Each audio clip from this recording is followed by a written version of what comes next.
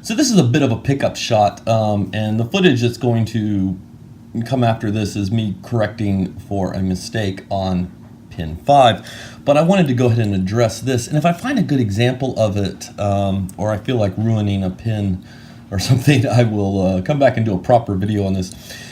But I've noticed this on beginner challenge locks especially. So if you're an experienced challenge lock maker, ignore me right now. You know what you're doing. I'm about to be telling you guys what to do. But so when you try to slide these in and you're checking, you end up and it's a little bit rough, or you get hung up a little bit on something like that. And there is a temptation, and I've seen this happen a lot. And what you do is you get the file and you run the file across the top of the pin or pins that are causing you a problem. So you've gotten the pins real close to clearing the shear line, and then you have one and it's not quite right, so you file the shit out of it and file it down. And it does fit in here, then it will slide in. You might even take sandpaper and put sandpaper over the whole thing and work it back and forth. But what ends up happening, it's just a bad practice to get into. I'd say it's kind of an emergency solve, and it takes a little bit more attention than you're probably given to it if you do it. But what ends up happening is you deform the top of the pin ever so slightly. So yeah, sure, it fits, and it will slide in after you've done all that scraping, and it works for a minute, but undoubtedly that pin starts to rotate a little bit. And what you've done is you've basically filed that pin down to the exact shape of it that one way in the chamber. And it gets a little rotated, and it doesn't then start fitting correctly, and you start getting this weird inconsistent hang up, and it jostles that pin up and down, because you'll have a little lip maybe on the back side or over on like the front side of it that gets a little out of whack.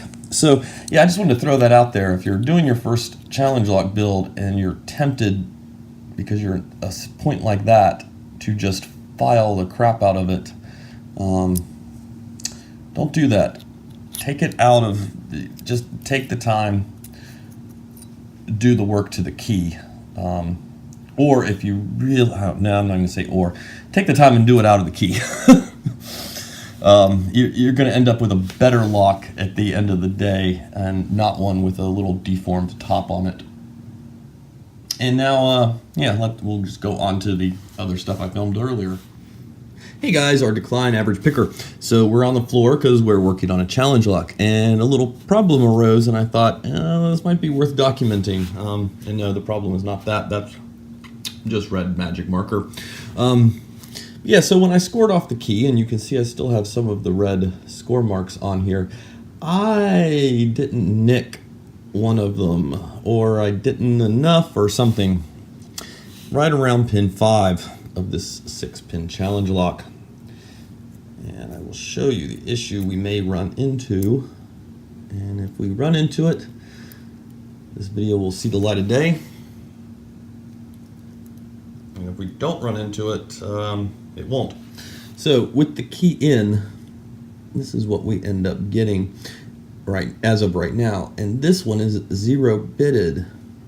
And that's where the problem was. That one did not get marked well, or I don't know, something went wrong. So what I did was, instead of normally starting at this end, I started at my longer end to get this guy sunk more or less right. It doesn't have to be perfect. He just needs to be sunk enough that I know well where he is. You can see on the key. So this is actually the 6th pin sitting down in here, and I started pretty close to this edge and worked my way in until I got him sinking.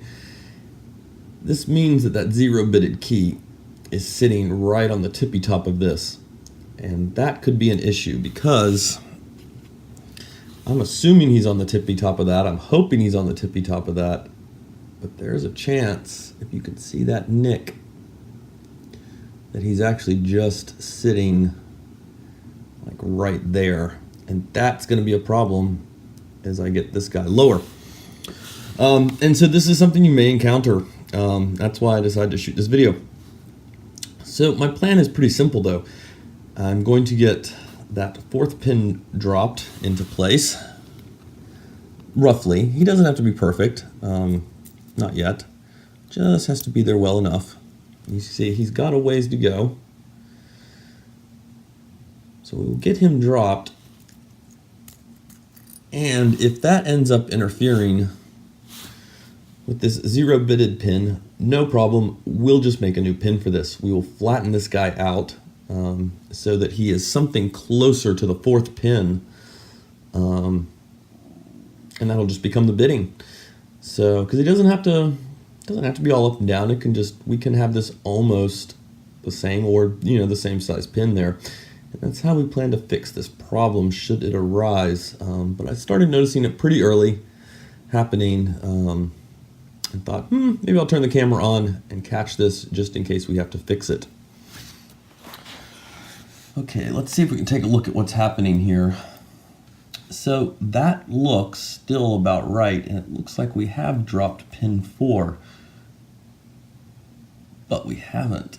If we look back here at 5 is sunk way too down, and that's because that key still had another nudge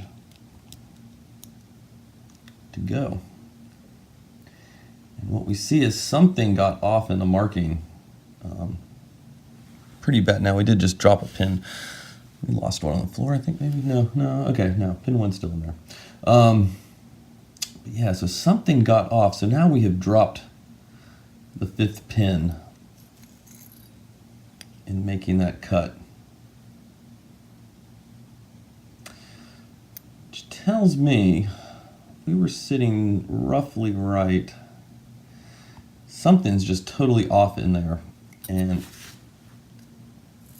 I think what we're going to have to do, so with it like that, it's still good. With that little bit more, it's not.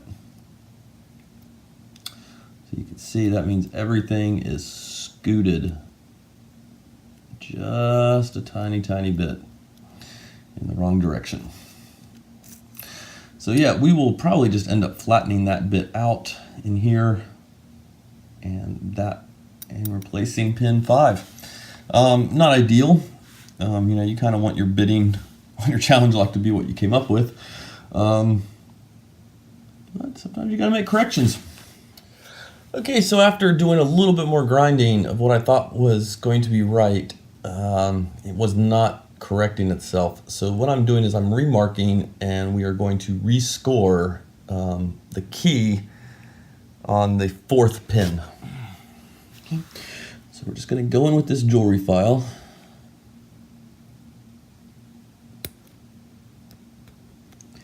And we're just going to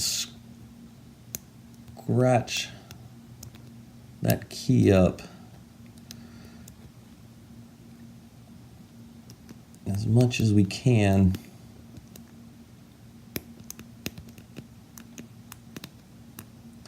Because at this point I can't really afford to start correcting for many more mistakes, or it's going to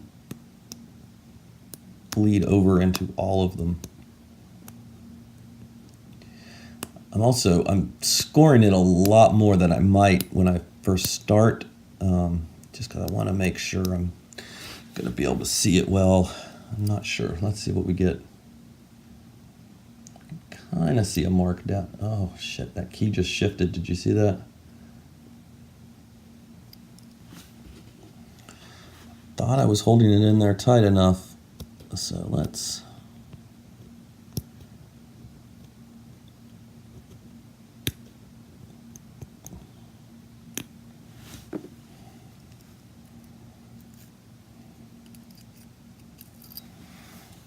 take a look at what we've got.